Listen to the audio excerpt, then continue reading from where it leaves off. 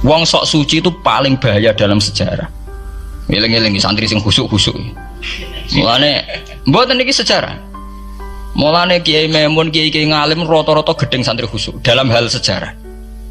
Akhirnya ono kelompok sing sok khusuk, yaiku moh tukaran, ya moh partai, moh kelompok-kelompokan. Ngerasa bener dhewe iku disebut kelompok Khawarij. Wong Khawarij itu darani dosa gedhe murtad saking khusuke. Ora ana dosa cilik, kabeh dosa iku gedhe. Mergo dosa iku bentuk pelanggaran terhadap Allah Subhanahu wa taala. Wes entek khusuk wong Khawarij. Ora ana wong khusuk dalam sejarah kaya wong Khawarij.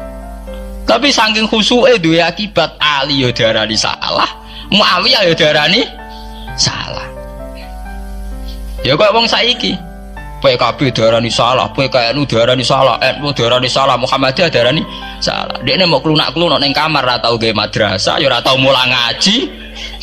Paham nggih? Ya ora tau dadani mau pertuntang-pertuntung. Iku Khawarij, ngono jenenge apa? Khawarij. Saelek-eleke partai iku sering duwe paguyuban, ngrudak-gruduk Istighosah mbok gawe sekolahan. Saelek-eleke partai. Saelek-elek ormas ya sering gerakno masa nganggo kebaikan. Tapi sak soleh-soleh wong dhewean paling klunak-kluk. No. Padahal nek nggo madrasah dhewe, nek ora gawe proposal ya.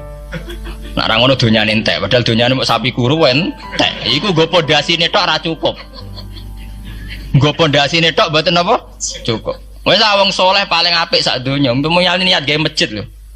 Ndadekno pondasine tok tanpa gretok ora ngarah cukup. Ada sing rapati sholat lewat partai proposal sana sini masjidnya jadi mewah boko duit subhat boko haram mbah abang mbah ijo bos. Akhirnya wong Khawarij gawe satu kelompok sing ngalalno darai Ali yo ngalalno darai Muawiyah. Akhirnya matek dipateni wong Khawarij. Sampai sekarang para teroris, para bom bunuh diri itu rata-rata berangkat dari orang yang sudah anti sama kepartaian, anti sama golongan, merasa suci sendiri, kemudian banyak terjadi bom bunuh diri dan sebagainya. Itu sejarahnya panjang. Memang samu gampang tapi urip ya. Sebab itu semenjak itu sudah ulama-ulama itu tidak seneng sama orang yang merasa sok suci sendiri, benar. Loh, saya sering ditanya, Gus, sampean itu kan tidak berpartai. Terus kalau organisasi di Indonesia yang kapan ikuti apa? Tak jawab. Asal NU atau Muhammadiyah itu mayoritas, saya hanya ada di antara dua itu. Asal mayoritas, masih mayoritas.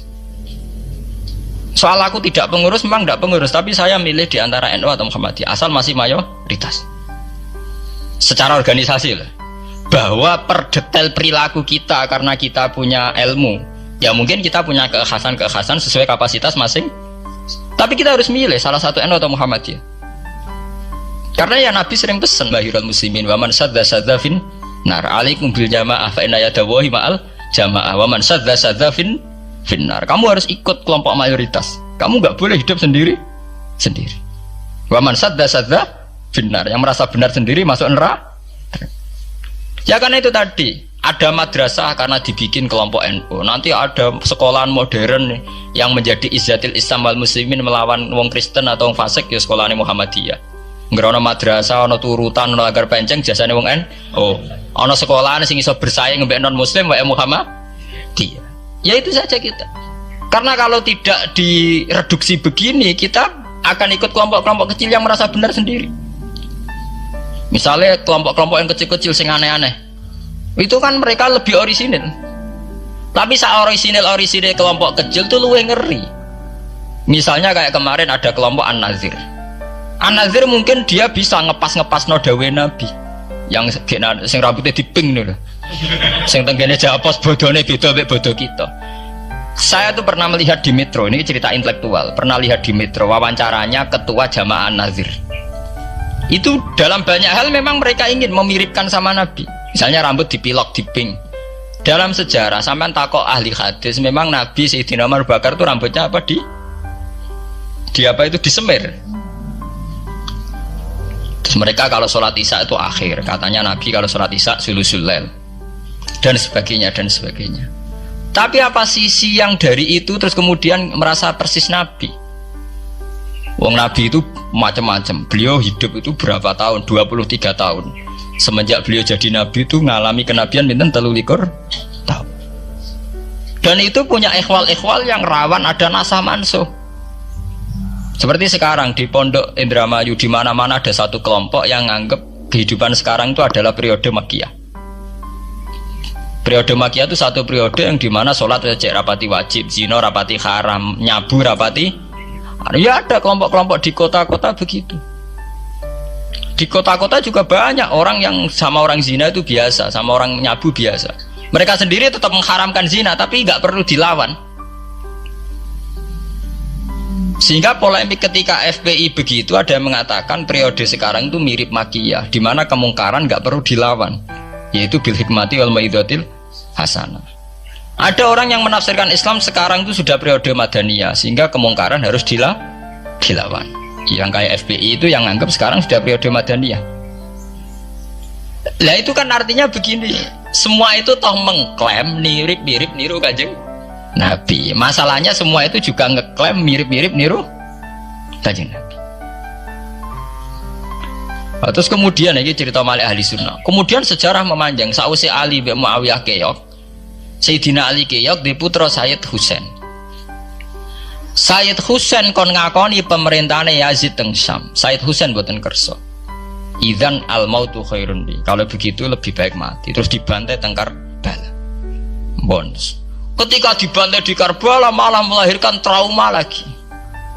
Wong Islam sing model tipikal Sunni tetap melok Yazid.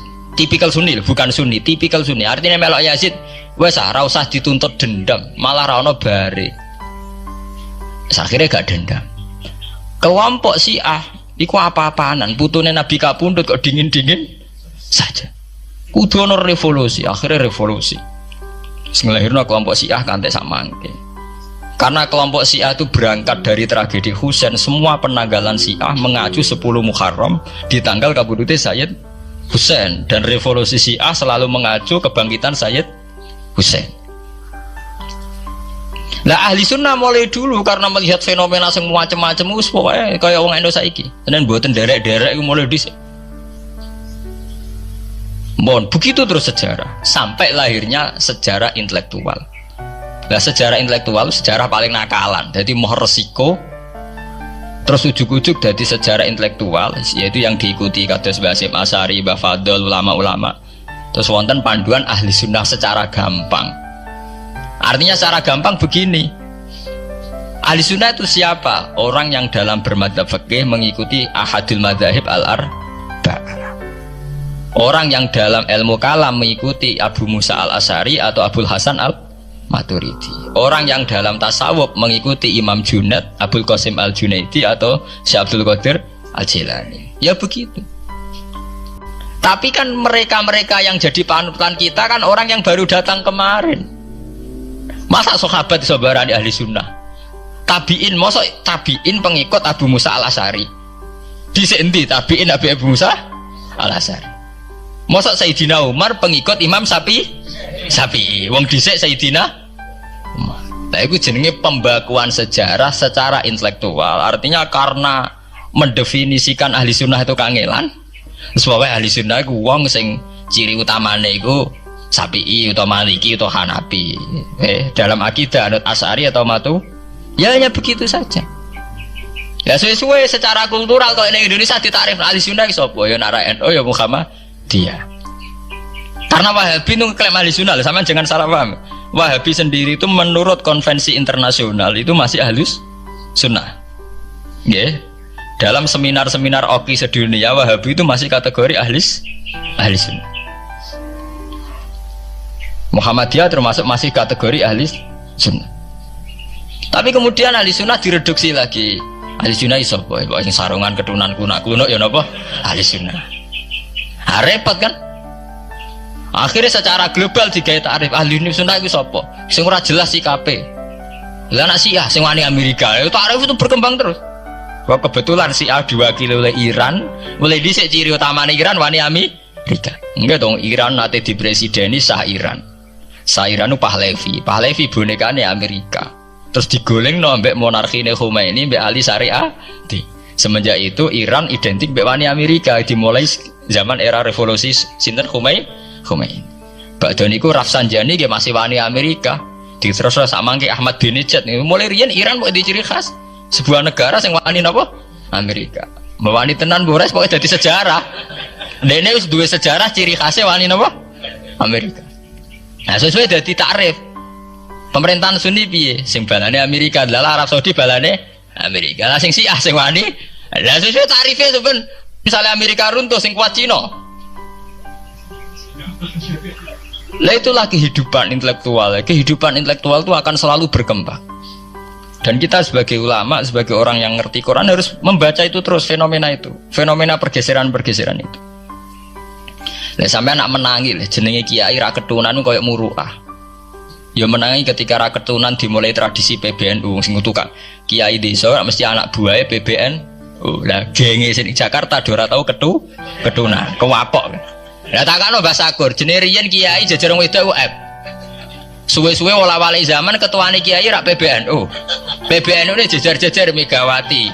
Sering metuki samu wedok do salah, nyoro sing kiai desa. Dikritik atasan, ra dikritik keyakinane dekne ora pas kiai jajar wong wedok ora lara. Ya itu zaman mesti begitu. Kiai desa ngrasa nak lunga ora kedunan UF, ketuane kiai ning Jakarta ora ana sing Orang ana sing ketunan. Cara desa kiai jagoan mbek wong wedok iku ketuane kiai sing di Jakarta. Ya ora trimo jagongan, koalisi. Yaitu kehidupan intelektual. Kita harus lapang dada berani membaca itu. Itu fakta.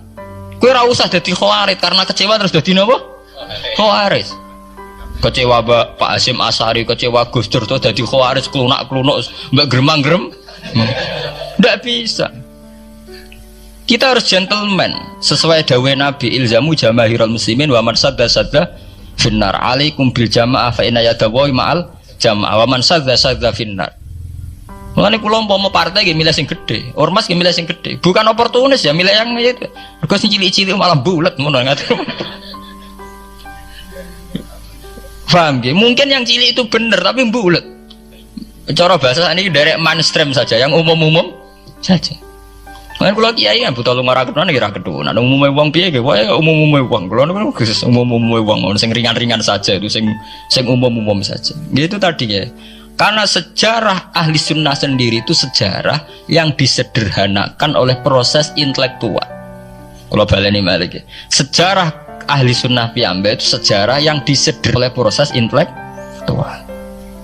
Gini ku kemudian ada takrif ahli sunnah ku sapa wong sing cara bermadzhab mengikuti ahadul madzahib al-arba, cara bertasawuf mengikuti Abdul Qasim al-Junaidi, nggih.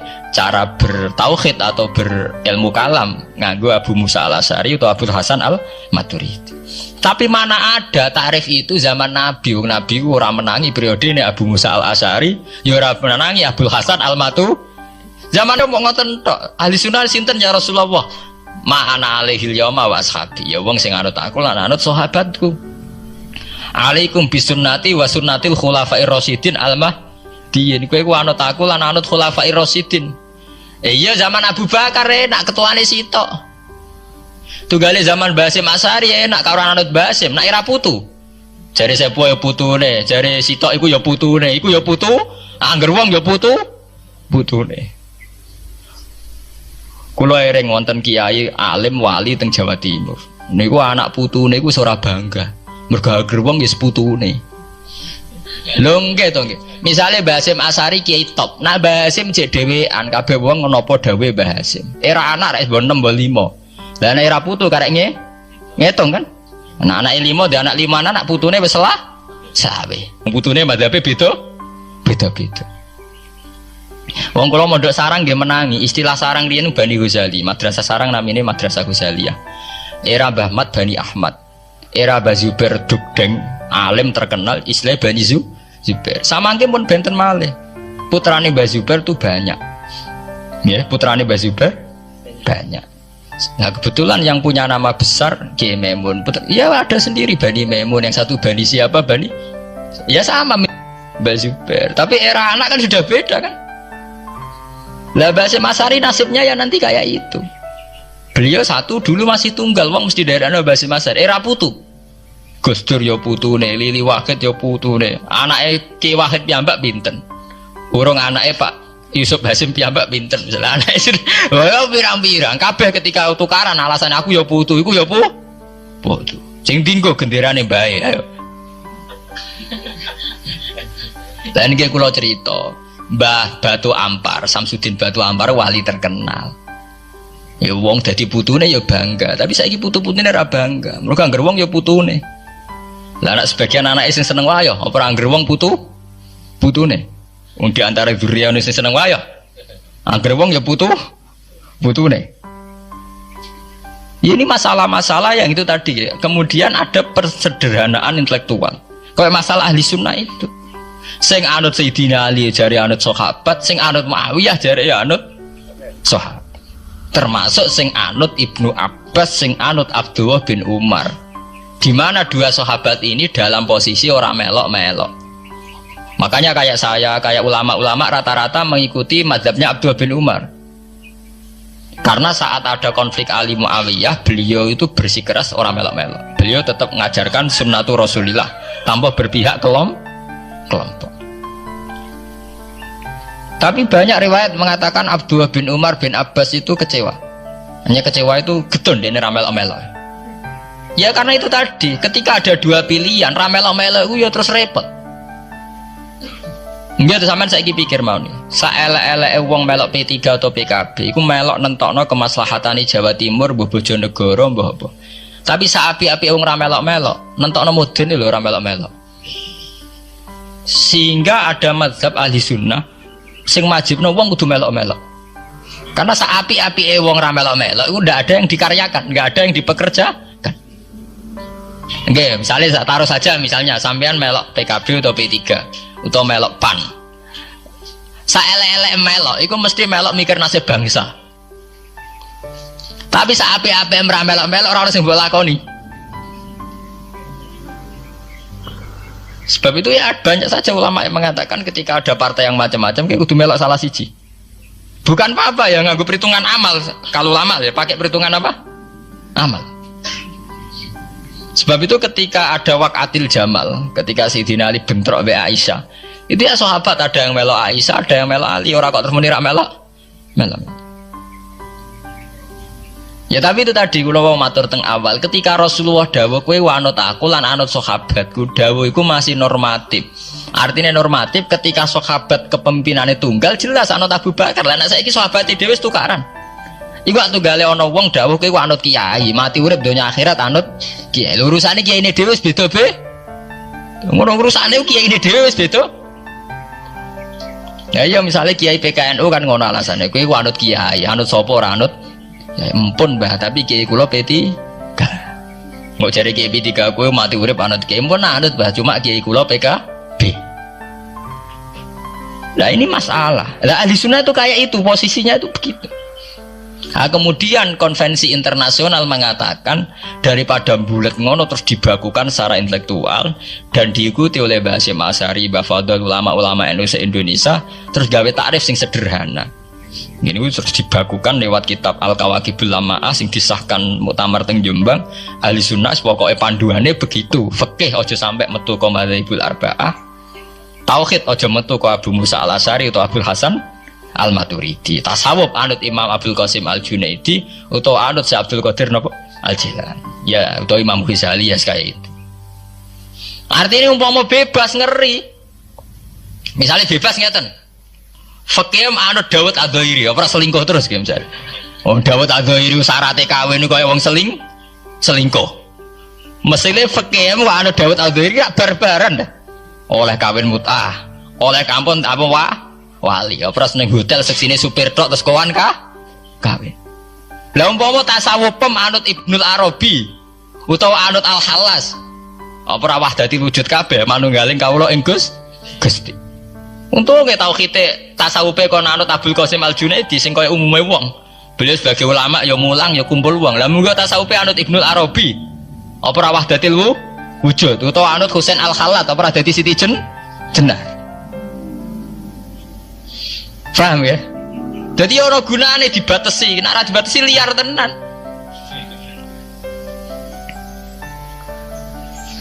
Paham gak? Ini masalahnya bandingannya ekstrim. Misalnya fakih kok kowe anut Dawud Adzairi, Kaya apa? Nak kenaan wong-wong sing mut'ah. Malah angger ngaji muin Wahab angger banjur nyritakno syaraté kawin nganggo wali khilafan di Dawud Adz-Dzahiri. Nganggo syahid ya khilafan di Dawud. Mergo cek dendam ulama-ulama beda Adz-Dzahiri. Syaraté kawin kok gampange ngono. Paham ya? Lah santri dendam mek madzhab dhewe mergo syaraté kawine santri kudu nglibatno bapake wali. Lah kadang bocah wis pacaran bapake ra setu. Dadi santri rata-rata nganti-nganti Joko tuwa ya korban madzhab Syafi'i. Mergo bocah wis gelem bapake ora gelem. Lah bapak ning gone fikih Syafi'i dilebokno rukun. Dilebokno napa? Rukun. Angel langkane. Lah ya ahli sunnah itu terus disederhanakan. Kula nggih matur nuwun nggih. Saya pikir kados Mbah Hasyim Asy'ari, kados Mbah Fadl, Kiai Maimun, kiai-kiai yang alim riyen Mbah Maksum, Mbah Ali Maksum yang bertanggung jawab terhadap proses pesederhanaan ini. Tapi kita harus terima kasih. Lewat muktamar di Jombang atau musyawarah besar tidak tahu saya, itu yang jelas di Jombang itu disederhanakan tuh mudah. Ya tadi andai kan tidak disederhanakan begitu, kayak kasus-kasus di kampus itu. Di kampus karena saking hormatnya terhadap nilai intelektual, tasawuf manapun diambil. Termasuk tasawufnya Jalaluddin Rumi, tasawufnya Ibnul Arabi, tasawufnya Husain Al-Hal. Nah, sehingga mereka enak saja wae Jumatan untuk nganggo tarian, jenis tarian Rumi, gak usah Jumatan. Go tarian Rumi ya ibadah, Jumatan gini apa? Ibadah. Go Jalaluddin Rumi wak gadah tarian apa? Rumi. Dadi nek eling pangeran mbek joget. Lah muga kita tasawuf pemiku lagi iki joban dua bejo joget. Ora lucu. Mergo saiki joget itu kan si arul fasaqah. Wong bayangane joget yo inul utawa Dewi Persik. Lah mau ahli sunnah anut Jalaluddin Rumi. Sing joget inul tok para kiai itu kan joget. Ora lara kabeh. Sebetulnya Jalaluddin Rumi itu ya orang soleh. Karena logikanya masuk akal. Kalau orang bisa asik dengan musik untuk hal-hal yang mungkar, masa kita kalah asik dengan Tuhan? Kalau orang bisa joget karena alunan musik, masa tidak bisa joget karena alunan nyanyian Tuhan? Wong iso nyanyi, iso joget mergo lagu munajat cinta, ayat-ayat cinta. Masa ora iso joget mergo cinta ning pangeran. Makanya tenggene Jamul Jami' teng kitab-kitab fikih mengatakan, kita meyakini kalau Husain Al-Hallaj adalah orang soleh. Kita meyakini kalau Rumi orang soleh, Ibnul Arabi juga orang. Karena mereka berangkatnya itu ya dari keasikan dengan Tuhan. Sampai delok teng Imriti. Imriti itu satu kitab yang dipakai semua pondok di Indonesia. Tapi membayangkan satu prosesi mahabbah juga wong joget ya nari, yang nganggo gitar. Sampai orang istilah fa usribat ma'ana dhamirisan.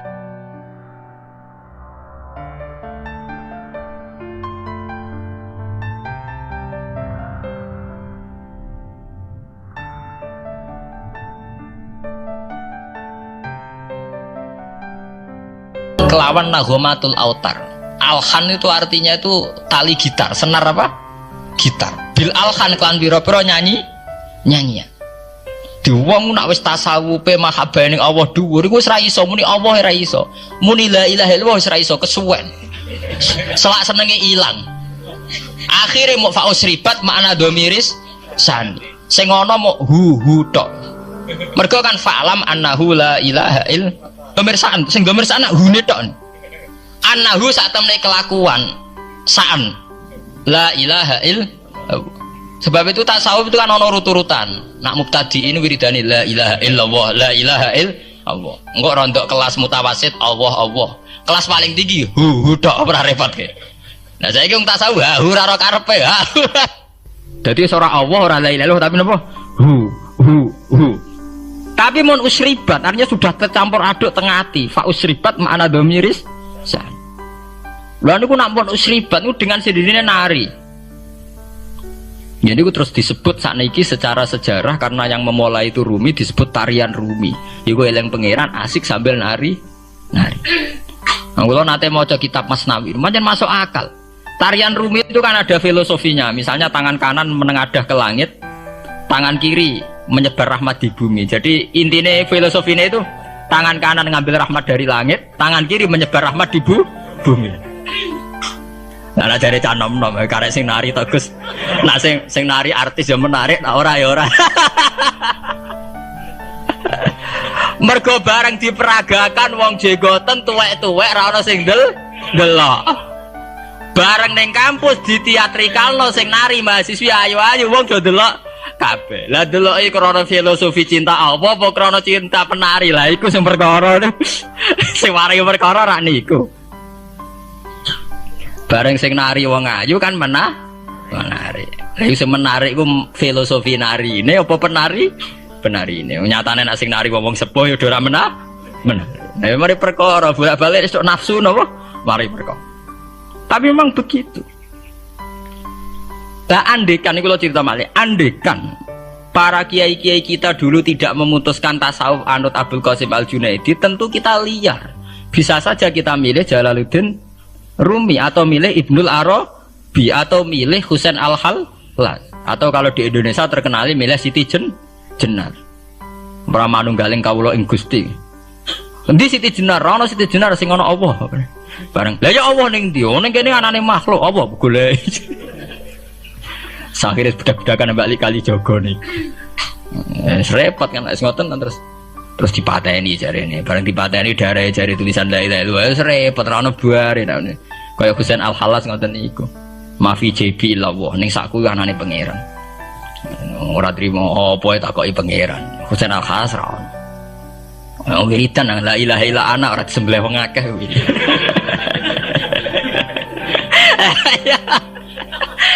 Mari perkara lha dekne padha dene. Iya karena cara tasawuf, cara ilmu begitu kan muni illallah itu kan seakan-akan Allah itu bisa kena hijab.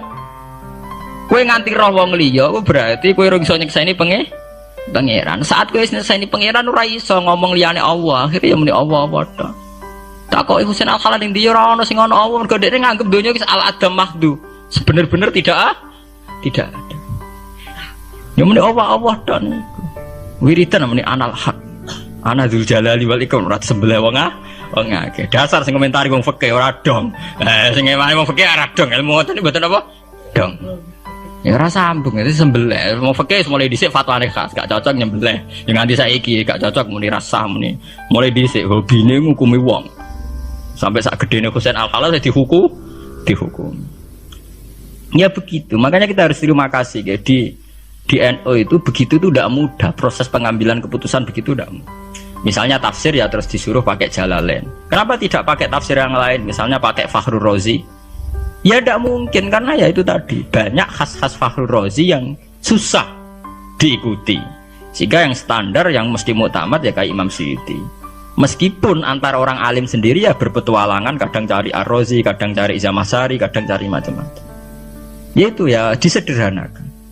Mohon kita terus lewat ngaji ini jenengan biar ngerti bahwa semua proses aliran-aliran itu adalah proses intelektual yang ditempa oleh sejarah, oleh luka sejarah. Termasuk luka sejarah itu dirunut itu mergo bartukah.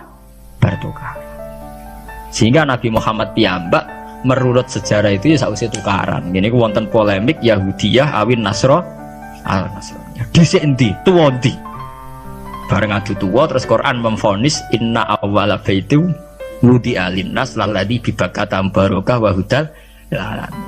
Nah terus yang berlebihan apa kitab-kitab sing klenik niku. Sakjane resmine Quran mok darani nak Ka'bah dimulai dari Nabi Ibrahim. Iku wae wis luwih tuwa tinimbang Baitul Maqdis. Mergo Baitul Maqdis dimulai oleh Yahuda atau Nabi Musa. Tapi kitab-kitab wong sing seneng kaji sik ora trimo. Mulai Nabi Adam. Ora trimo mulai Nabi Ibrahim tapi mulai napa? Nabi Adam. Ono sing kurang ekstrem menan nek sampeyan kitab-kitab 2000 tahun sedurunge gawe bumi lah terus dakon ndi malah perkara kan. Ngelem ora dipikir. Piye wae Ka'bah didakok ning bumi sih malah. Malah dagelan apa ngelem tuh. Saking kepingine tuwa nganti di sejarahno.